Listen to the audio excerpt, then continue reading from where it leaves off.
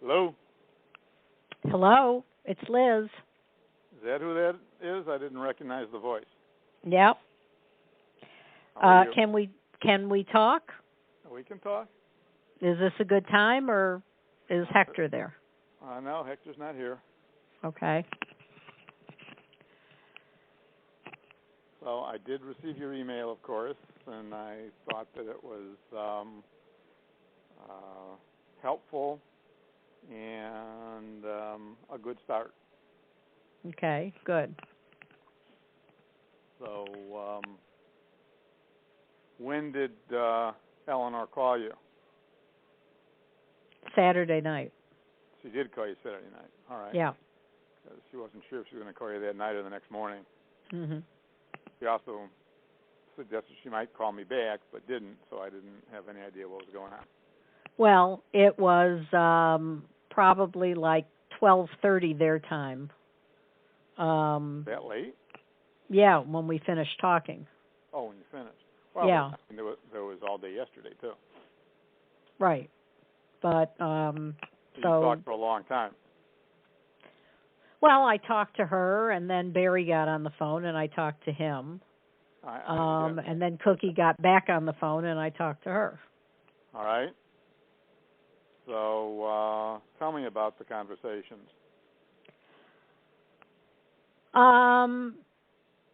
Cookie told me that you had said you agonized over whether or not to call them. That's true. And that you felt that they were probably the only ones that could get through to me. I specifically said her, but it's fine that she pluralized it to both of them. Well, because that's the way Cookie does things, so that's fine. Well, I don't remember whether she said she was the only one or they were the only ones. Well, she could have said they. That's the way she does things. I'm not sure. Take a lesson. But anyway, she was, clearly very concerned after having talked to you. Did she? What else did she say about the conversation with me?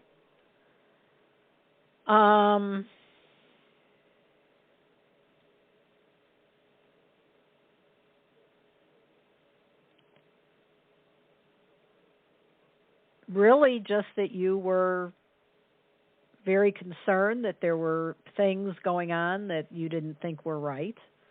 Yep. And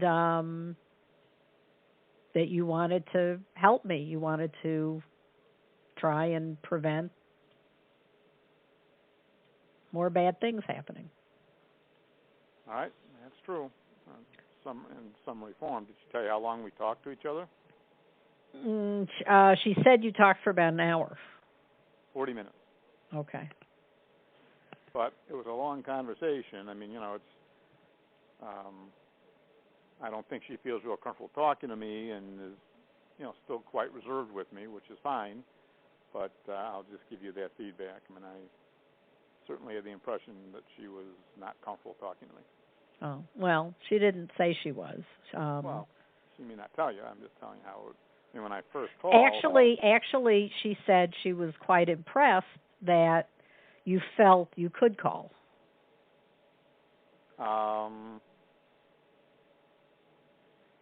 Did you respond to that?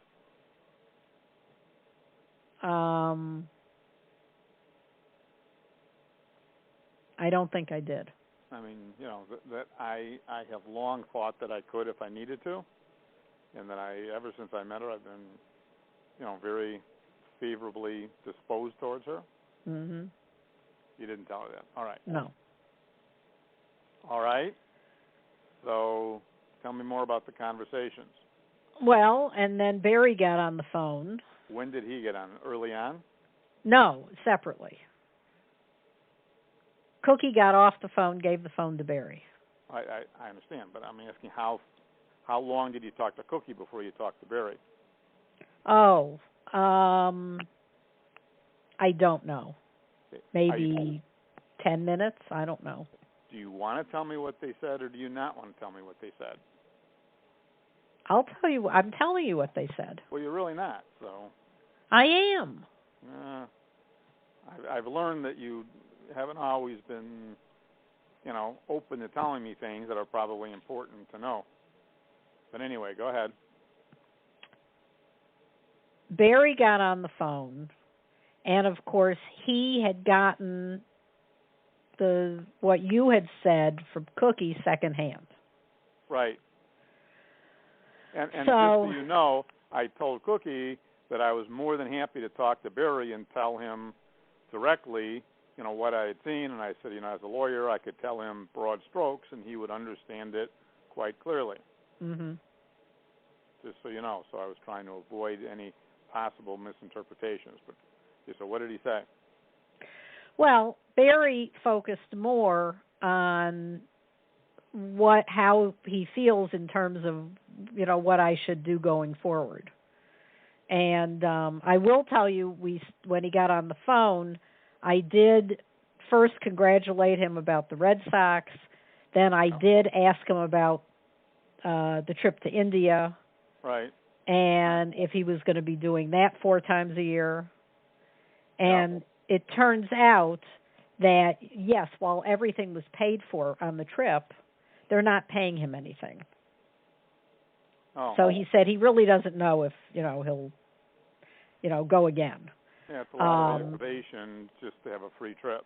Right. And he said there is such awful, terrible poverty in India. Well, we all have heard right. of that. Right. But, I mean, it's not like going to Paris, Liz, for 3 days. I understand that. Right. I mean, why would anyone compare it to Paris? Well, I'm Did he saying... enjoy the trip? He said it was interesting. All right. I didn't have a chance to ask the questions. Anyway, so after we got through talking about that, and I asked him if he had been able to see any of the Red Sox games.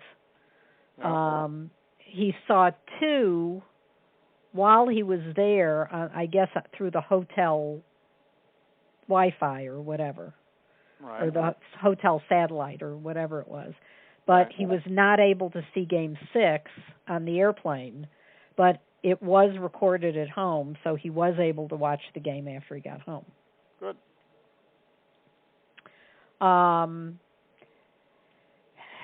He was more concerned since he didn't have any of the facts or information or anything else about the tax return.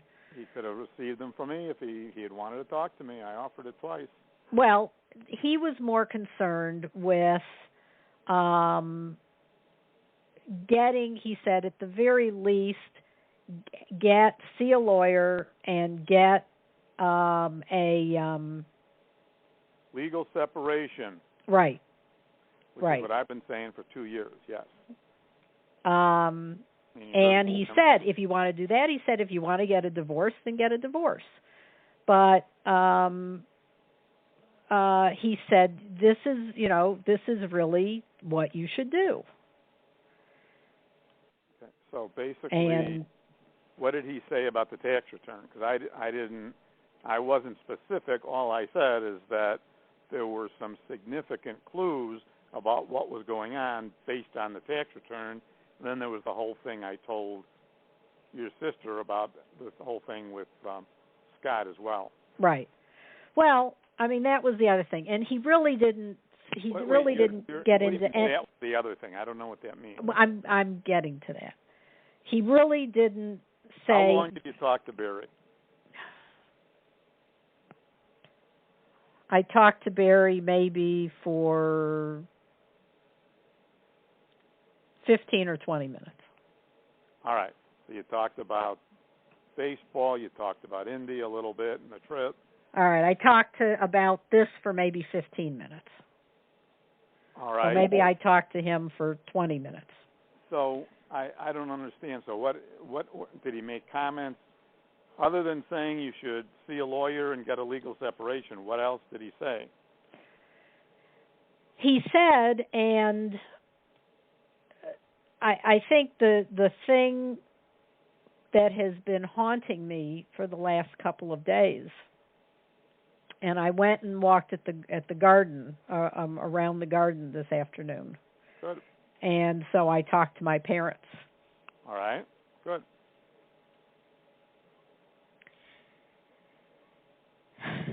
And it pains me to say this, but I think the person I really need to worry about is not Michael, is Scott. Yes. Well, And I've been trying to tell you that. I can't continue to be put in this situation of being afraid of him. That's not right. I can't do it. And that was really Barry's. I mean, Barry kept saying, he said, I would not invest anything in Scott. And he said, he's got these crazy ideas. He knows how to do certain things very well, and he really should be working for somebody else doing his programming magic. And I said, listen, I think both of Scott and Peter would have been better off if they had not worked for Michael.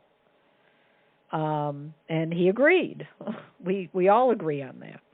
But here it is, almost 2.5 years after I came into the picture, and all those things are going on, and so it goes. And keep in mind, Saturday, that I made a very strong stand saying, no, I'm not going to do things the way Scott wants. And you came and you were very upset, and you said, please, you have to do this for me. And I said, no, I don't think it's a good idea. And I gave in by saying, okay, at the end of the half for 5 minutes. But I said, more importantly, I don't think that we should until tomorrow. So, all right, what else did Barry say to you? That was really about it. I mean, that was the crux of the whole thing. In 15 minutes, he said, don't invest any more in Scott. See a lawyer. Well, he said he wouldn't. He said he wouldn't invest in Scott. Okay, well, but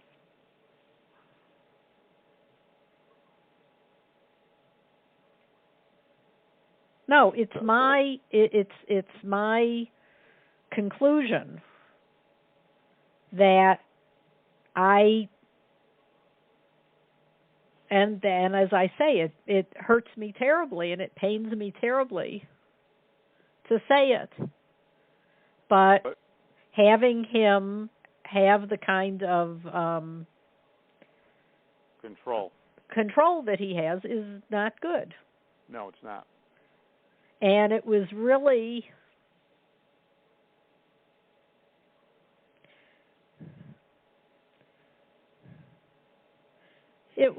my mother today who convinced me of that. Okay, well, I'm glad I have influence over you then. Or any influence. So much influence. As I told you in my email, I have never doubted your recommendations or what you've told me that you think is best. It has been my fear in not being able to act on it. Okay, yes, and if you think I'm without fear now, that's wrong. Liz, I know better than that. I've always known better than that. But I realize that I have to get out from under. Yes. Well, so there was nothing. First of all, there was nothing else that Barry said. No, I mean that was basically the. So in 15 or 20 minutes, he only made 3 points. He wouldn't invest in any more in Scott. He'd see a lawyer if he were you, and he'd try to get a legal separation so that you could get a regular stream of money coming in. He said, if you want a legal separation, do that. He said, if you want a divorce, then get a divorce. Okay, but I mean, he said, I don't know what you're waiting for. As far as if you're going to go for the legal separation, you might as well get a divorce. Okay, well, then he doesn't understand how it works, at least in Illinois. Okay. Because generally, a legal separation is a step along the path to a divorce. It's so that between the time that someone files and the time that a divorce is ordered by the court, that you have the ability to have money and so forth from someone like Michael, who thinks you don't deserve any and you don't do anything for his business. And he makes it, again, the bicycle store should have come out of his money, not out of your joint money. Did he comment on the bicycle store? Did he comment that? Oh, well, I mean, the other thing he did ask was, do I think that there's all this money being reallocated or whatever? And I told him, I said that you do, and I said, I have asked, and I keep being told that, well, there's this bill and that bill, and all these, and it's used up, that there aren't hundreds of thousands of dollars left over floating around. Okay. Well, then you know what? Over the last many years, that's why you should have seen the American Express bills. You should have seen the corporate tax return to see where the money's going. Because like I said, I was very sparse about what I said about the tax return, but I said that was one of the triggering events, both in terms of my increased concern and Scott's wildly, nearly psychotic rant. I didn't use the word psychotic, but that's what it was. Yeah.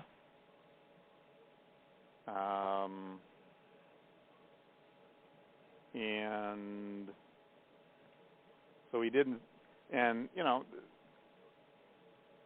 see, that's one of the things you do. You don't, by not helping yourself. When Barry asked you about the money, all you said is, that's what I think. I mean, you won't go the next step and say, well, based on what Edward has tried to show me, it appears that there could be at least $300,000 or more missing or unaccounted for or unexplained. So you won't, and that's what I'm concerned about. You'll do the same. If you ever go to court, you'll do the same thing. You'll help Michael and Scott instead of helping yourself, because that's what you're programmed to do by Michael. You won't help yourself in spite of yourself.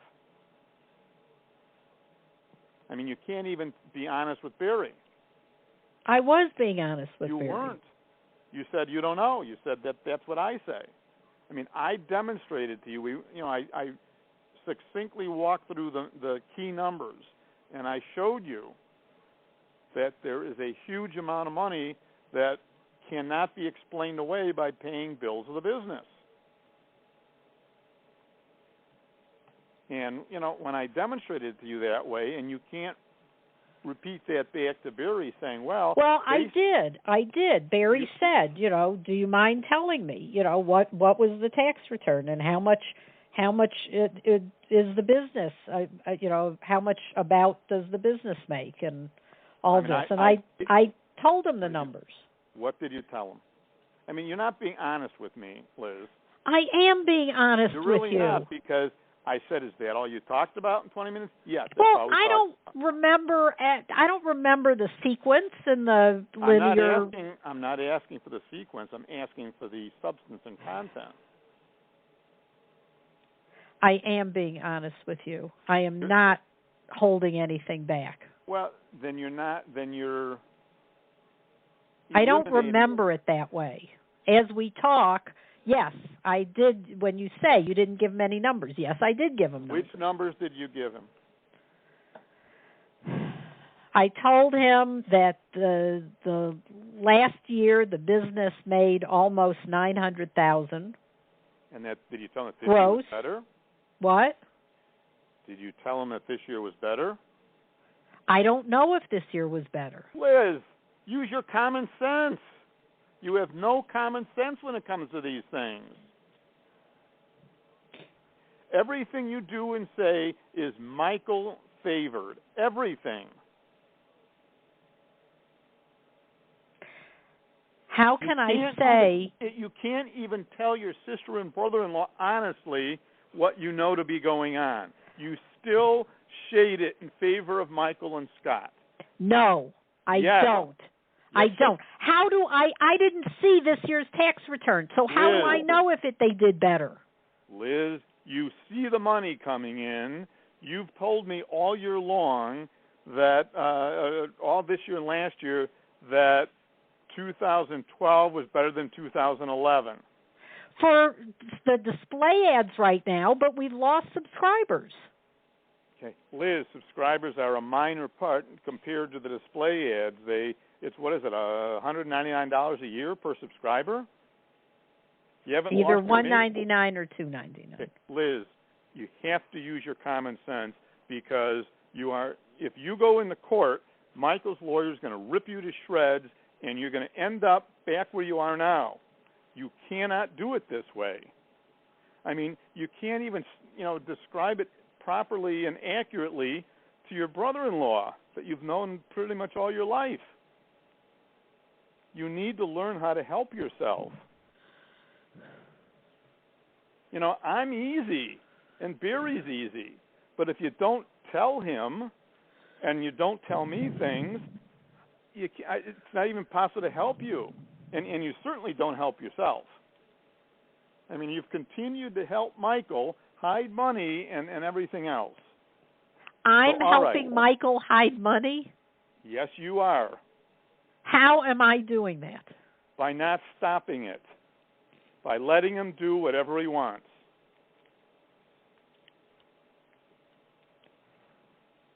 And he's duping Scott, too, because Scott, I can tell you, for all his self-acclaimed knowledge, either is too uninformed to understand how these financial matters work, or is so used to making things up and creating mendacious arguments that you can't get to the truth with him. Well, that's why I have to do something about it finally. Yeah. Well, that's what I told you on Saturday, isn't it? But, yes.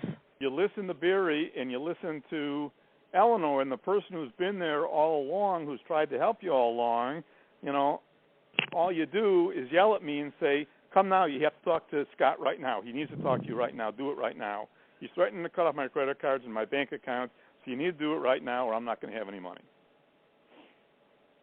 So you continue to give in to both Scott and Michael. That is all I have been thinking about for the last 2 days. Well, I'm glad to hear that. That's what you should have been thinking about. And that's why I have come to the conclusion that I need to do something. Well, but you've been telling me that off and on for over 2 years. Yeah, but, people have always said to me, something will happen. There'll be an incident. There'll be something that is the tipping point. I told you that too. Okay. So I think this is the tipping point. Well, but it should have been a long time ago, including our conversation with Cookie and Barry in Oslo. So you told Barry about $900,000. All right, go ahead. And what else did you tell him? I told him that from what I remembered on the personal tax return, it showed a gross income of just under 3, a taxable income of 200. No. That's what I thought I saw. No, I told you have no idea what's going on. Again, you are letting them, get away with whatever. I tried to explain it to you 3 different times, Liz. That is not what your income was. You have no idea. Either you don't listen, you won't understand, or you can't understand, because I was explicit and abundantly clear on what was going on there. So, do you just not listen to anything I say to you? I've listened to everything. Well, it doesn't sound like it, because you absolutely mischaracterized the situation to Barry.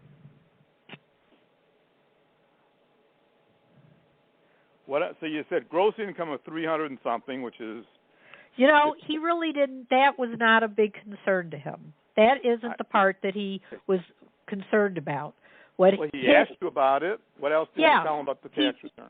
He said, you know what? He said that really doesn't matter. He said you can't let Scott do this, and you need to have protection. And he said this is the smart thing to do. Period. Barry is very bottom line. I'm sorry I couldn't be sufficiently bottom line for you. All right, so what else anything else with Barry? That isn't what I said. No, but that's what you mean.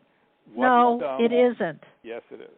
No, it isn't. No, because we didn't have this detailed conversation about the tax return. That really wasn't his concern. I understand, but you told him you almost doubled the income. I mean, don't you understand anything that I tell you, or do you not listen? I don't know. If you don't understand it, you should ask me. I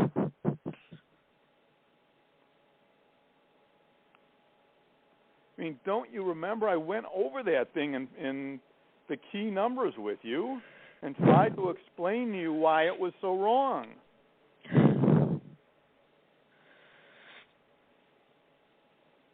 All right. Was there anything else in your conversation with Barry? No. Okay. What about your sister?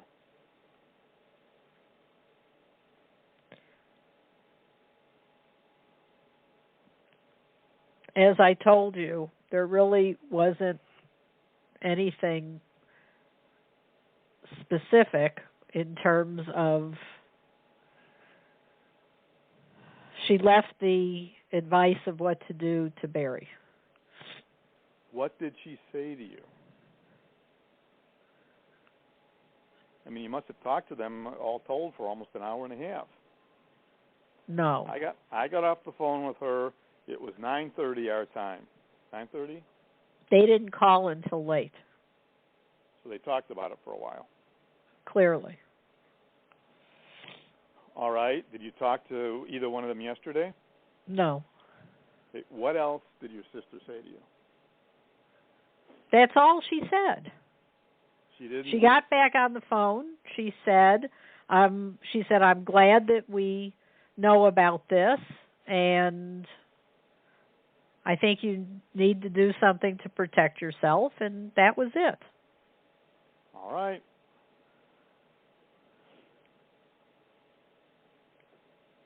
Did she mention your parents? No. Because we did discuss your parents. What did you discuss? I told her that I had told you that if your parents were still alive, that I thought that your mother would be beyond appalled, and that your father would also be very upset about it.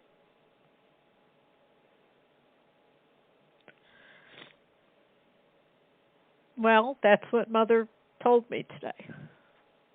All right. Do you want to know what your sister said about your mother? What? When I said that your mother would be beyond appalled, your sister said, and I'll quote her, I don't think she'll mind that, she said, my mother would be, and the word Eleanor used was apoplectic. Oh.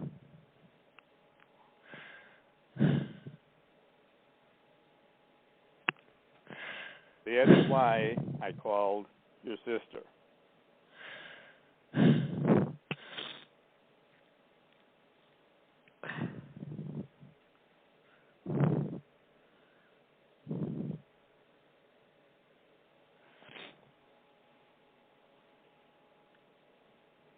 And I told Cookie the correct numbers about the tax return.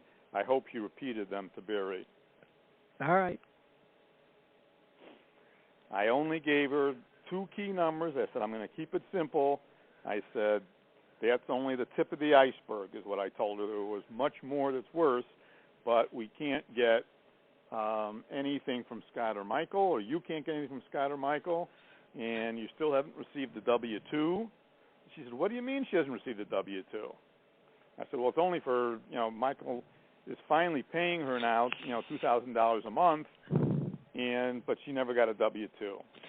So I said, well, why didn't you know about this soon? I said, well, the return was filed late, and Liz just got a copy of it a few days ago. I said, what do you mean? Why didn't she have a copy before it was filed and before she signed it? I said, you never signed it. I said, you never saw it or signed it. She said, what?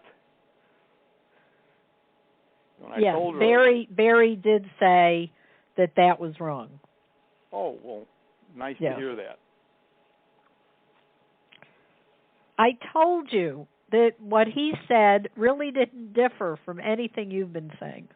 Yeah, well, except that he is the gravitas in your eyes to be credible, and apparently I don't have that. No, that's not the case. Well, that's the way it comes across continuously. So, anyway. The tipping point was not Barry or Cookie saying I should do something. The tipping point was thinking about the way Scott conducted himself. That was the tipping point. And that you spent and I told her you spent another almost hour and a half trying to placate and mollify him after I walked out of the room. I told her what he said about Buffalo Grove. I think she was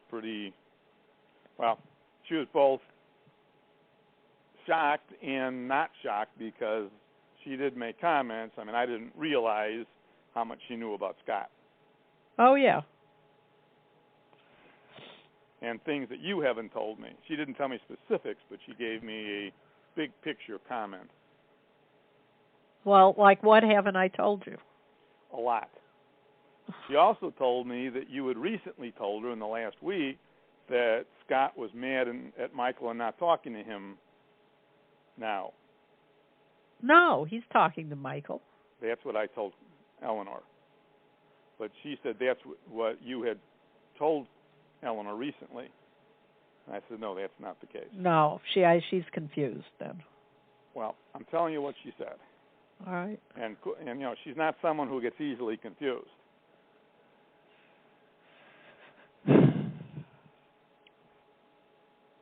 Did she tell you she's going to New York on Thursday? No. They're going to New York on Thursday, and their ocean shipment is supposed to arrive on the 13th. Oh.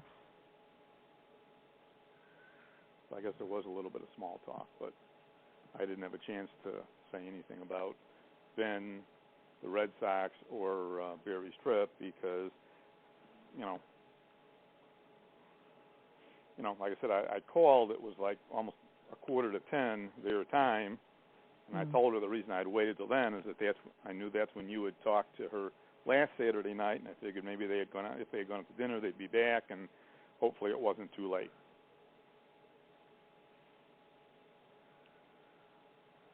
But one of her other comments, I don't think she'll mind my repeating, is when I mentioned that Scott was doing the tax return, she says, "What's Scott doing? Why is Scott doing the tax return?" she said. Yep. Did she tell you that, or did Barry say that? No. Yeah. She said, "What does he know about that?" I said, he thinks he thinks he's an expert in everything.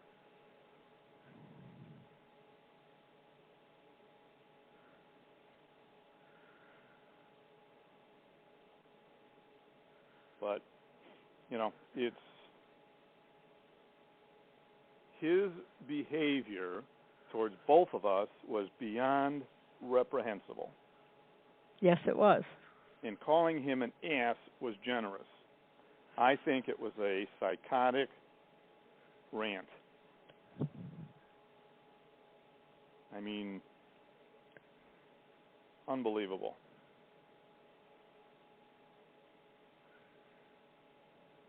And, you're not doing, I told you this before, you're not doing anyone any good, whether it be you or him, by continuing to feed it and allow it.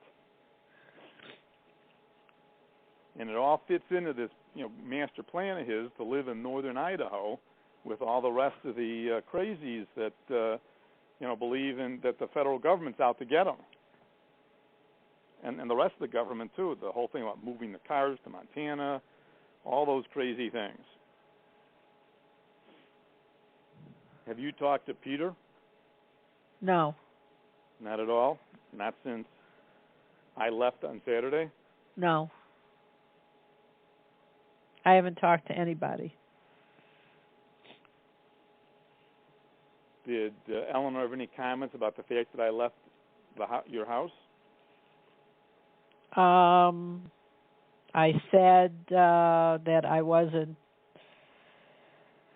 that you had left and that you were very upset, which I understood, knew that you had every right to be. And she said that you had made a comment about I was folding your shirts and you just left.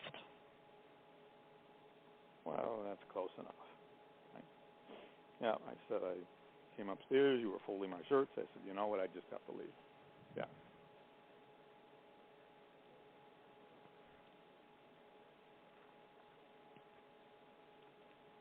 So, all right, well, what are you doing? What are you going to do next? Do you have any idea? Well, you never gave me, unless they're in the drawer here, you never... Don't tell me I never gave you anything about lawyers. No, weren't there some other ones, or is all that information here? I sent them to you, and I offered them to you, and you, every time I said something, you basically ignored it. So don't tell me I never gave you any of that or offered I it thought to you. there's Vincent Stark. Are those the two that are printed out? And there's Stephen Klein.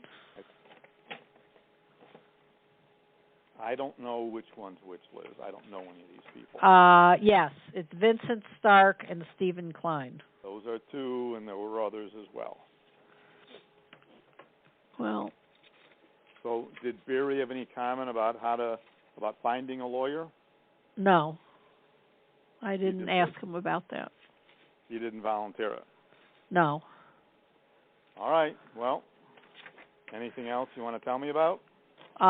Here, Joy Fitzgerald and Michael Cummins. I'd have to look at them to see which one's which. All right, so that's all of them. Well, I don't know that it is all of them. Well, the Joy Fitzgerald and the Michael Cummins are the ones that that were sent to your mother from Jack. All right. So and you then do have them. I've just found them. And then you had them, so obviously I gave them to you. Yes, you did. And you was just saying that I didn't give them to you. I thought that I had not received those last two, and they are here. So yes, that was my mistake.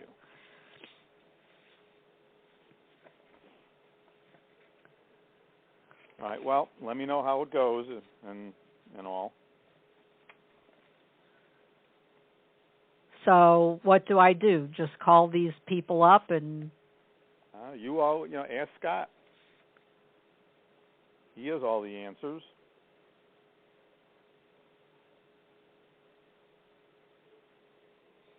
Thank you. Well, I thought I just demonstrated that he doesn't and that he's not the one to go to.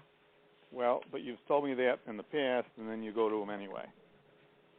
I mean, I told you on Saturday, do not give in to him. I was very explicit and clear about that. And you practically begged me to talk to Scott. And I said, it's a very bad idea, which he proved to me.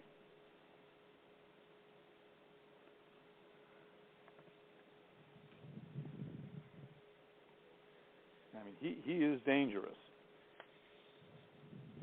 And you know something else, Liz, that's really sad and that you don't realize is that, in my opinion, I think that you have been abused by Michael for years. Mentally abused by Michael. And recently Scott has continued doing that because he learned from his father. I know that. Yeah, well, you've never admitted that. What Scott did on Saturday was so incredibly horrible.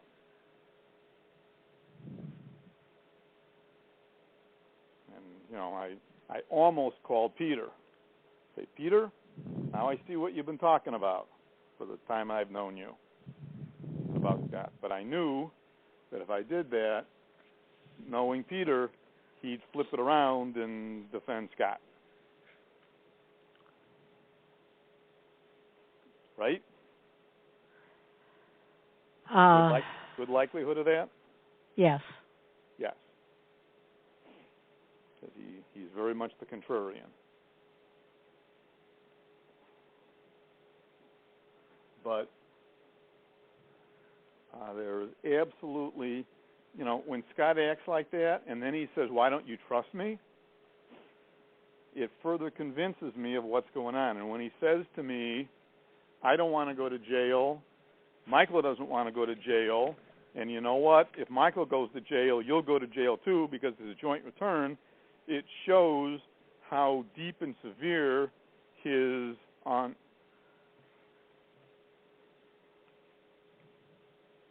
Hello? dishonest, how deep his dishonest and illegal activities are.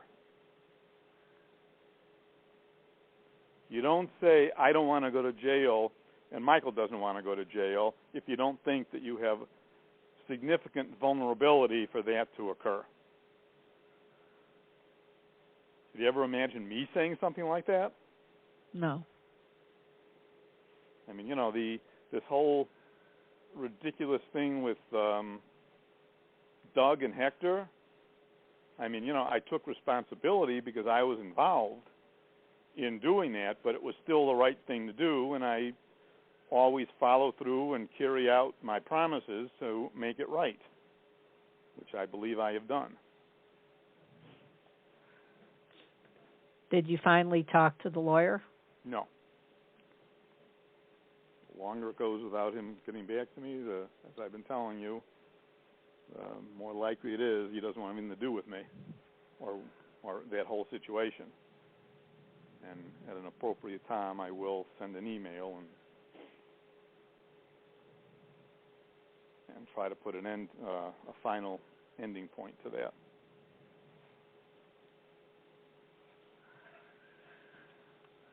But my point isn't about that, but rather there's a right way of doing things and a not so right way of doing things.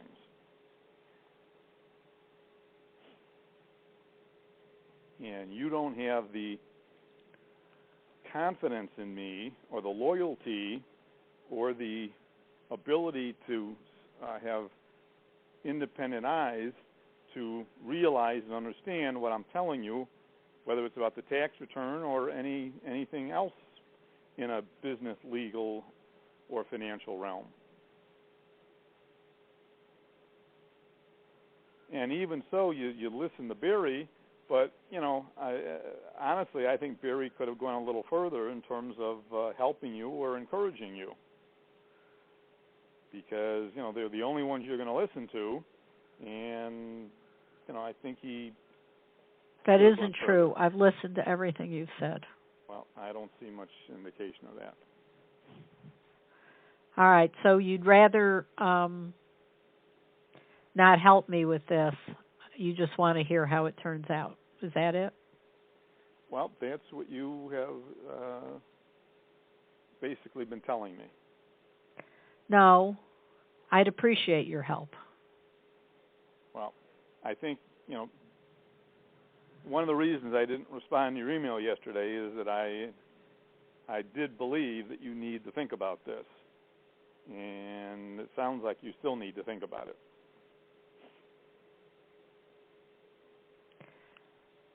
No, I don't need to think about it. I need to do something. Well, but you need to think about how you're going to do it then.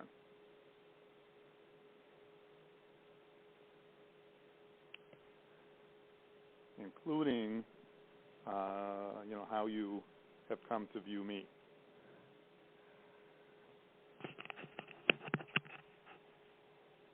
How is it that you think I view you? It sounds like in not very glowing terms. I think that you look at what I tell you as alarmist, excessive, and unnecessary, and you either don't believe or you don't understand what I tell you, and you think that only Barry has, any insight here, and, or you still basically follow the Michael and Scott line about things.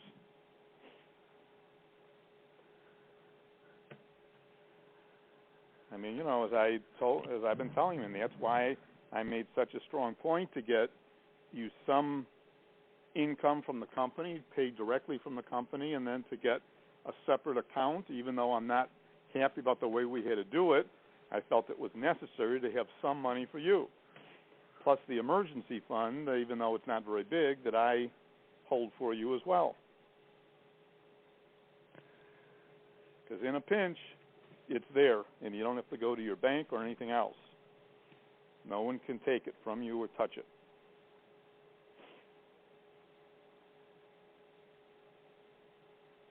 But I have serious concerns about being involved with you because in doing any of this, because you don't listen to me, you don't accept my advice as meaningful or credible, and like I said earlier in this conversation, you don't even try to help yourself, even when you're talking to me or Barry. I mean, the information you gave Barry was not correct.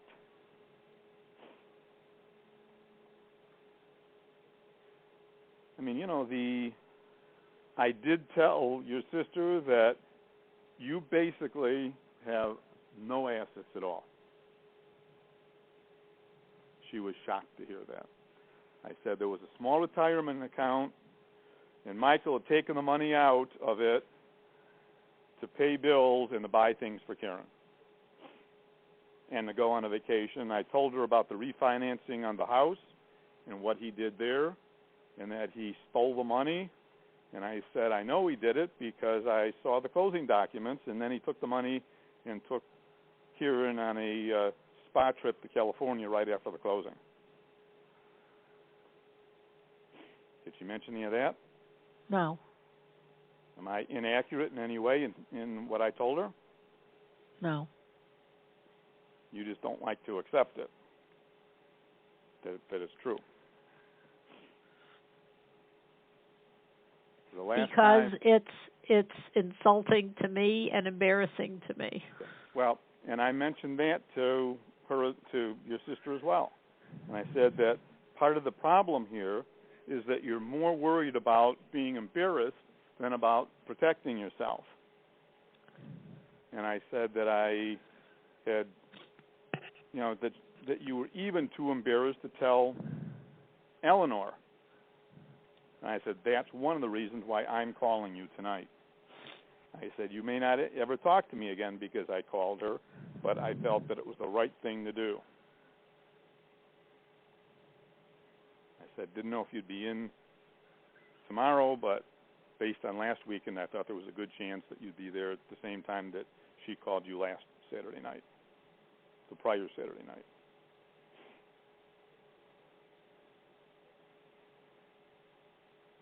But part of it, I think, unfortunately, is that you need to be convinced and perhaps even angry enough to want to do what is needed to protect yourself from Michael and from Scott. Because you have more loyalty to Michael than you do to me. I don't care what you say. And I also told Eleanor that I have told you that Michael is part of our relationship every single day, And I told her why, and she definitely seemed to understand what I was saying. He controls what you do. He controls the money. He controls what you have access to. The one thing I didn't have a chance to tell her was about the $18,000 that I have been telling you for a long time you should have asked for. You know, Michael's already spent more than that in bills because of his stupidity in going too fast for conditions, resulting in that bicycle crash. So he's taken all that money for that, but you don't get the money for that surgery? I mean, in what world is that correct?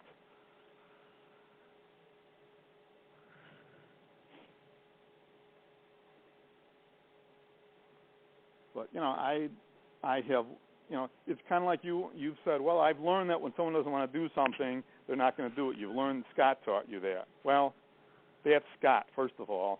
But ironically, it seems to me it's also you. If you don't want to do something about Michael, you have shown me over the last couple of years or so, you're not going to do it because you still feel too much loyalty to the father of your sons and to your son who has done some pretty horrific things to you. And apparently I told you that's why I now see as a result of his behavior now that I do have to do something. But Liz, I'm tired of being scared, and I'm tired of being scared of him. I told you I'm more scared of him than I am of Michael. Yes, well, and I can see for good reason, and that's why, you know, I'm able to put in a different perspective what Peter was telling us about Scott. I mean, now I see why Peter wouldn't wear the shirts. Peter wouldn't wear the shirts in kind of a not totally dissimilar comparison to my not wanting to talk to Scott on Saturday when Scott wanted to talk to me. So what Peter did wasn't right, but I can understand it better. It makes more sense now. And I'm not defending him, but I can see where, you know, and I heard what Scott was saying. I mean, he is nasty. And I'll add another layer to this. I wonder, you know, what goes on that you don't know about between Scott and Lissy. In respect, in terms of what? How he treats her? Yes. If Scott abuses you, he must be abusing her too. Not necessarily physically. I mean, that whole thing when she was in Austin and he was threatening to kill himself. You know, I mean, that is results driven. That's manipulation trying to get a rise out of you. That too is indefensible and unforgivable. That kind of behavior, it's a variation of what happened Saturday. Well, as I said, I think we've clearly reached the tipping point, and Liz, as far as I'm concerned, the tipping point was over 2 years ago. All right, but more than 2 years ago. I mean, not that it ended. I think it is sufficiently clear to me that that trumps my fear of doing something. Well, you know, the irony, and you wouldn't even hear this from me, is that if Scott had actually tried to do that, you know, I mean, that's definite grounds right there. Uh-huh. And whether he did it of his own volition or on behalf of Michael, it's still cutting you out from income. And you're, you know, as Barry told you in Oslo, you should. And he said, hey, it's simple. You get half the stock, half the income, half of everything. Uh-huh. Well, but they don't know everything. By the way, I one of the first things I said to Eleanor was that, you know, you frequently say that you're going to end up without a penny, out on the street and homeless, and your sister immediately said, well, that won't happen. I said, yes, I know that.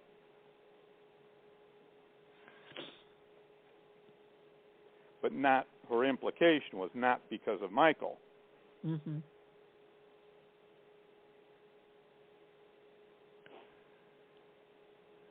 But does she know that money from your parents was used to redo the house?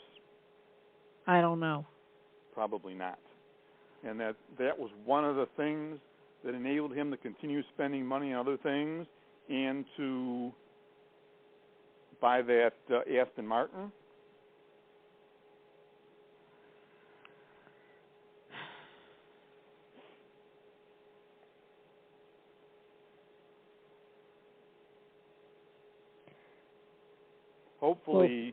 Hopefully your sister told Barry what I told her, and then he can maybe piece together what you mistakenly told him about the tax return.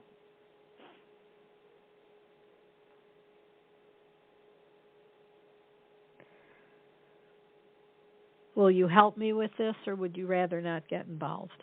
I think you need to know what you want to do. I do know what I want to do. Well, I think you need to be more definitive about it to yourself. I don't look forward to this, but I wouldn't either. Have to do it. Like I said, I'm tired of being threatened and being scared of Scott. What else did your sister say about Scott? That he's crazy. I said, I know he's crazy. Well, I mean, she told me that too, and that's the thing that I was quite surprised. I mean, I wasn't going to repeat that she told me that without you offering it up first. But I was surprised to hear her say that. I didn't realize that's the way she saw him, and because you've never said that. You have never admitted it to me. That's one of the indications of a lack of sufficient honesty. I mean, you did make a comment that you were afraid he might take his own life because he has maybe the same problem that was inherited by Aaron from their grandmother, but you never said, you know what, I believe he really is crazy, and he's been crazy for a number of years. Well, he has periods when he seems perfectly sane and reasonable. I mean, there's a very good chance he could be bipolar. Yeah, I think so. I mean, I think he's dangerous, unfortunately. I mean, the things that he said to me, someone he knows I have never done or said anything against him. I tried to warn him, and then I stopped, as he told you apparently Friday or Saturday, that ever since that meeting at Coyote Cafe, he knew that I didn't believe in the way he wanted to do things. Mm-hmm. I was surprised when Eleanor said, and she also told me she doesn't want to be called Cookie anymore.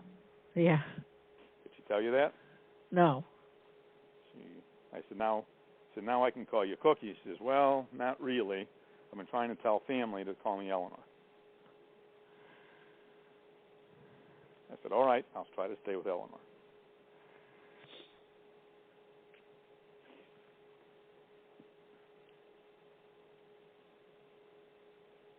But, again, when she made these comments about Scott, I was surprised. Not expecting that.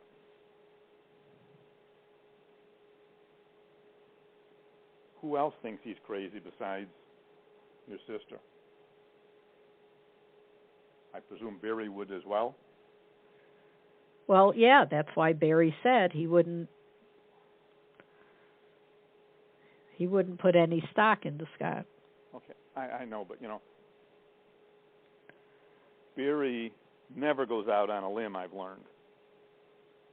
I mean, I think that he should have been a little stronger in what he told you and not just said, well, I wouldn't put any stock in him. He should have said, you know what, I agree with your sister. I think he's off his rocker or something like that, and you should probably try to stay away from him at this point and not, fuel his ego.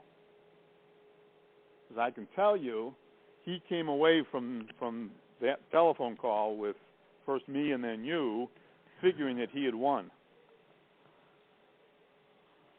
Well, considering what I need to do now, that's probably just fine. Well, I understand that, but I mean, I am guessing he's still concerned about what I might be able to say or do, but you'll never see those tax returns or the W-2 or the American Express statements. I assume you haven't received any of that. No. And you won't. And that's why I've been telling you need to get them. And you kept saying, no, he'll give them to me whenever I want them. And I kept saying, no, you need to get them now because it'll come to a point where you won't be able to get them anymore. And your answer, no, he'll give them to me. Don't worry about it. All right, well, you were right and I was wrong. Now, the point here isn't that I was right and you were wrong.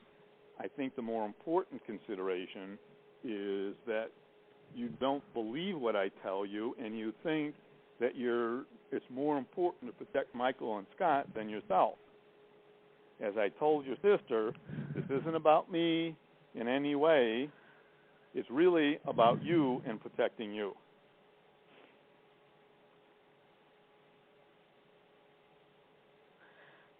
So this isn't, I'm right and you're wrong. This is, but you're not able to help yourself. You must understand, and it pains me to say this even more than what I said about Scott, that most of the time I have no value. Well, because that is part of the abuse that Michael and Scott have heaped on you to convince you of that. I understand that. That's one of the reasons that Michael told you have no value, you're not going to get paid, and he came up with ridiculous reasons for you not to be paid, and his famous comment, since when have I ever cared what you think? I know. But part of the problem at this point, 2 years further down the road, is that there's nothing there. He's hidden the money, as I see it, certainly out of Illinois, that's for sure. And Scott has helped him. I mean, I told you 2 years ago when I first heard that Scott had this great idea about moving the company to Delaware that it was a bad idea for you. And your answer was, well, I don't want to talk about it. Right? Because I had no control over that. I had no say-so. Yeah, you did. You could do just what you're beginning to talk about now. Doing something to protect yourself.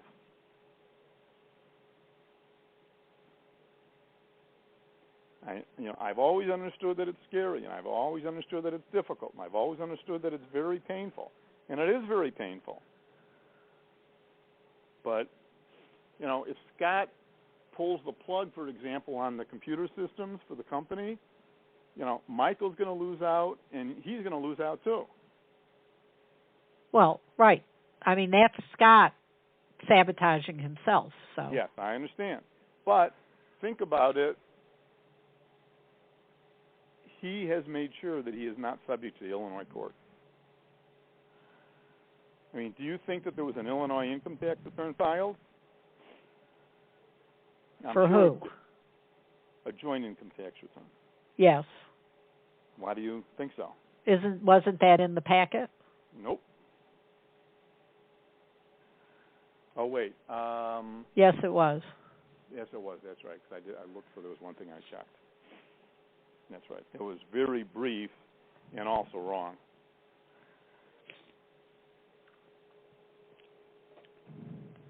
But the more important piece of it is that all the bank accounts are apparently in Texas and other states where it's gone, it's hidden. So in addition to anything else, even if you wanted to try to track the money, it's going to cost a lot of money to pay accountants to trace it over the past several years, and now 2 more years. You understand that? And you're going to pay the lawyers more because, like I said, divorce lawyers are not unlike what you've seen from Pam's lawyer. You know, the guy, when he loses interest, no more communication, nothing. No courtesy, saying, you know what, based on what you told me, what did Rosanna Dana say? Never mind. Right. Not even that at this point. I mean, they are lowlifes, and their billing practices are generally suspect, and you know, and knowing you're either going to continue to have this inclination to not want to do anything that might hurt Michael or Scott, especially Michael, and Scott too, and you'll believe whatever crazy things a lawyer might tell you, even if I were involved and I were to say, you know what, I disagree with that.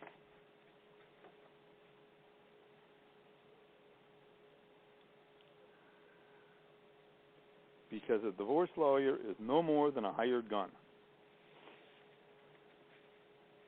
And they're only as good as their shot or their eyesight or the steadiness of their nerves or whatever. And their intelligence. And sadly, you can't always tell those things until you've already gotten started.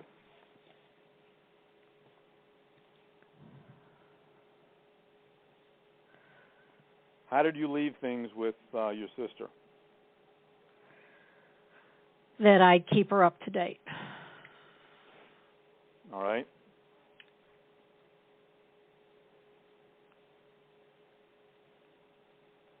And again, there was no other comment about me or your involvement with me. No. All right. Well,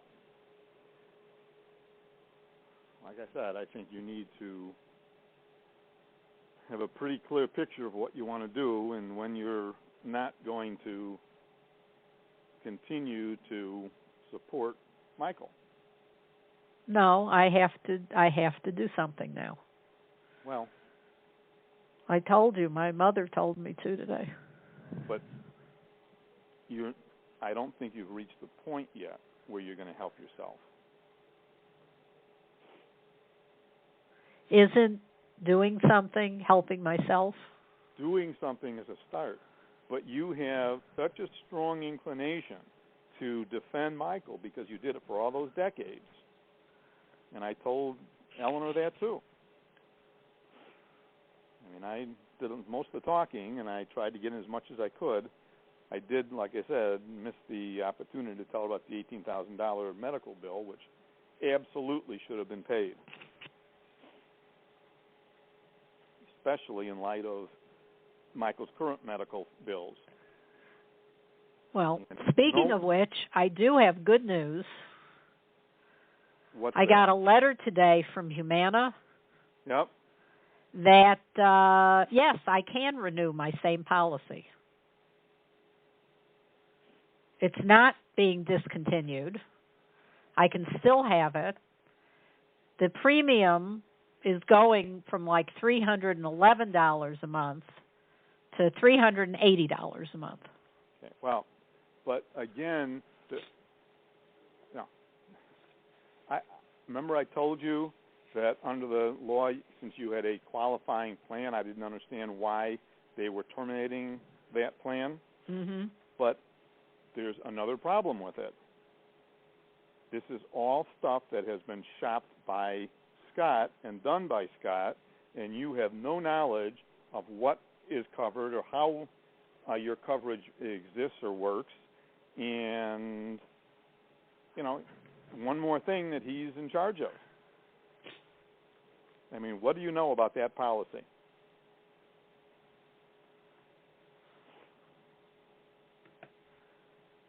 I mean, we know that when Scott, was giving me a hard time about it, he was already gearing up a few weeks ago that he was wrong about a lot of things. Mm-hmm. I mean, one more thing that he thinks he knows everything about that he doesn't know very much about, apparently.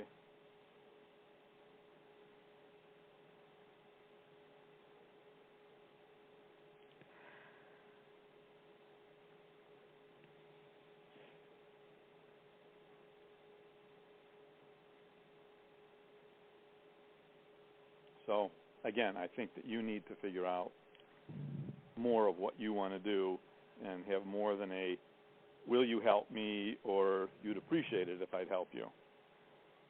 And where you want to go, where you want to be, and that you can successfully separate yourself from subconsciously supporting Michael.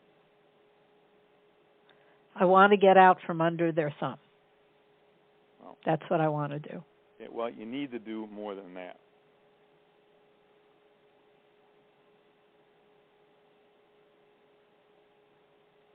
You really do.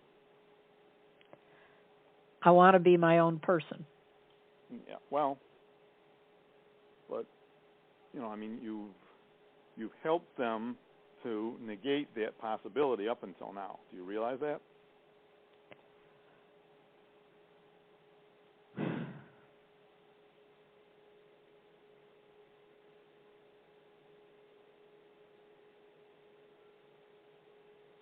I'm not the one who has tried to minimize your being an independent person. I've tried to do the opposite. Michael's the one who has always done that.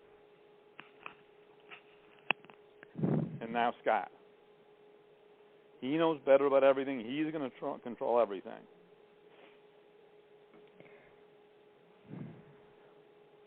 He's apparently not even smart enough to understand how Michael is using dummy accounts to move the money.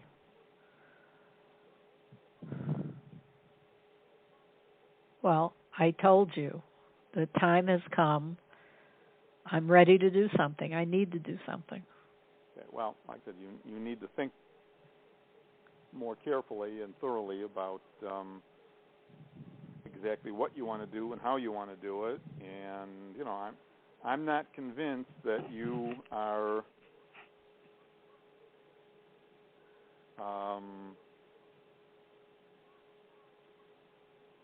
okay, wait a second.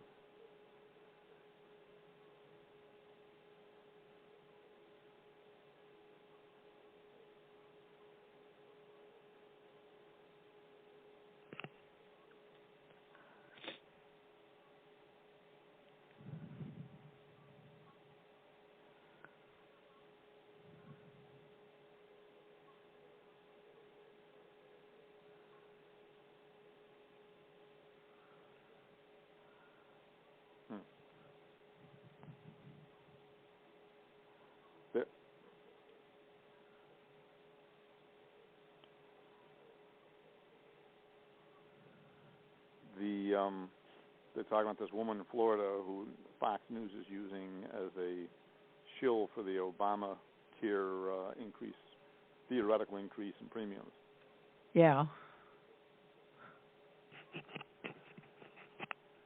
I mean, it's basically, as I've been saying, incorrect because Fox News just isn't honest. Not unlike Michael and Scott. Actually, Scott's an awful lot like Fox News. Well, I don't know what else there is for me. I don't know what else there is for me to say other than. Where are you now? I'm in my office. Well, you know that it's hard to hear you when talking from your office. Have you been there the whole time? Yeah. You're starting to break up a little bit now. I can't hear you. What? You're starting to break up as well. No, I doubt it's on my end.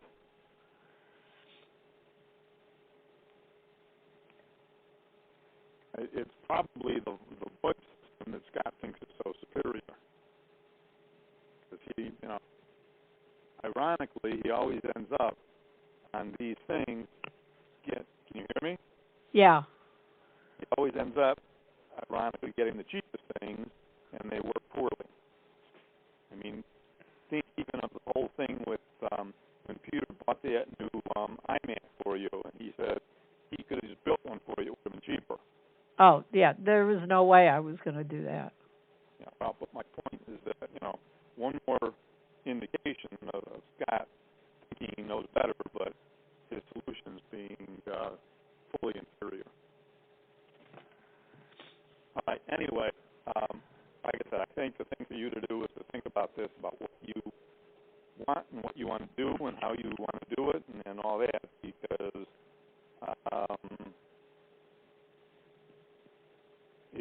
well, when you say what I want to do and how I want to do it, I don't know what my options are. I can't hear you. You want to move into a different place? Does this help at all? Are you upstairs? No, I'm still down in the office. Try going in the living room and sitting in your chair. Well, but I can't. I'm on the Cisco phone. Oh, that's the landline? Yeah. Oh, then it definitely is the VoIP. All right. Why don't I call you back? All right. That's fine. Okay.